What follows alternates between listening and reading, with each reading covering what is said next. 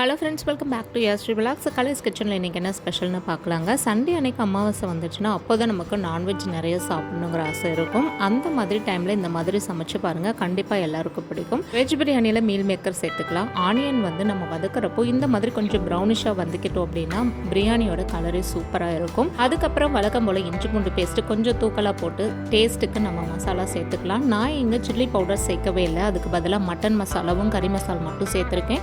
அப்போ தான் ரைஸ் ரொம்ப கலர்ஃபுல்லாகவும் ஒரு ஃப்ளேவரோடு இருக்கும். சில்லி பவுடர் சேர்த்தா அது காரம் மட்டும்தான் கொடுக்கும். கரெக்டான அளவில் ரைஸும் வாட்டரும் சேர்த்து வச்சுட்டு உங்களுக்கு ஏற்ற மாதிரி விசில் வச்சு இறக்கிக்கோங்க. இந்த மாதிரி கலர்ஃபுல்லான பிரியாணி ரெடி. அதே சமயம் சைடிஸாக நம்ம மீல் மேக்கரை வச்சு இன்னொரு கிரேவி செய்யலாம். கிரேவின்னு கூட இல்லை, சிக்கன் பெரட்டல்னு சொல்லலாம். மீல் மேக்கரை நம்ம பாயில் பண்ணுறப்பவே அதில் சால்ட்டும் மட்டன் மசாலாவும் சேர்த்துக்கிறேன். அப்போ தான் அதுக்குள்ளே வந்து சால்ட்டு தன்மையும் காரமும் மசாலா தன்மையும் இறங்கியிருக்கும். நல்லா வடித்ததுக்கப்புறமா நம்ம உலக்கையில் இந்த மாதிரி வச்சு குத்திட்டு சிக்கன் மாதிரியான ஒரு டெக்ஸ்சர் கொண்டு வந்துக்கலாம். அதுக்கப்புறம் வதக்க ஆரம்பிச்சிடலாம்.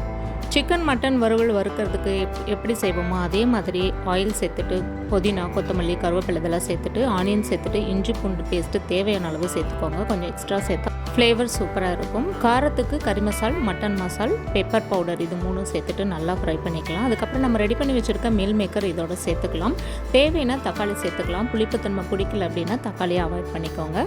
மீல் மேக்கர் சேர்த்துட்டு ஒரு 2 ஸ்பூன் அளவு தண்ணி சேர்த்துட்டு ஒரு 3 to 5 minutes வந்து நம்ம க்ளோஸ் பண்ணி வைக்கலாம். சிம்மில் அடுப்பை வச்சுட்டு க்ளோஸ் பண்ணி வச்சோம் அப்படின்னா அந்த மசாலா எல்லாமே மீல் மேக்கருக்குள்ளே இறங்கிடும். இந்த ஏற்கனவே மீல் மேக்கரில் சால்ட்டு போட்டிருக்கிறதுனால சால்ட்டும் காரமும் பார்த்து போட்டுக்கோங்க. நான் இங்கே காரத்துக்கு சில்லி பவுடர் யூஸ் பண்ணவே இல்லை.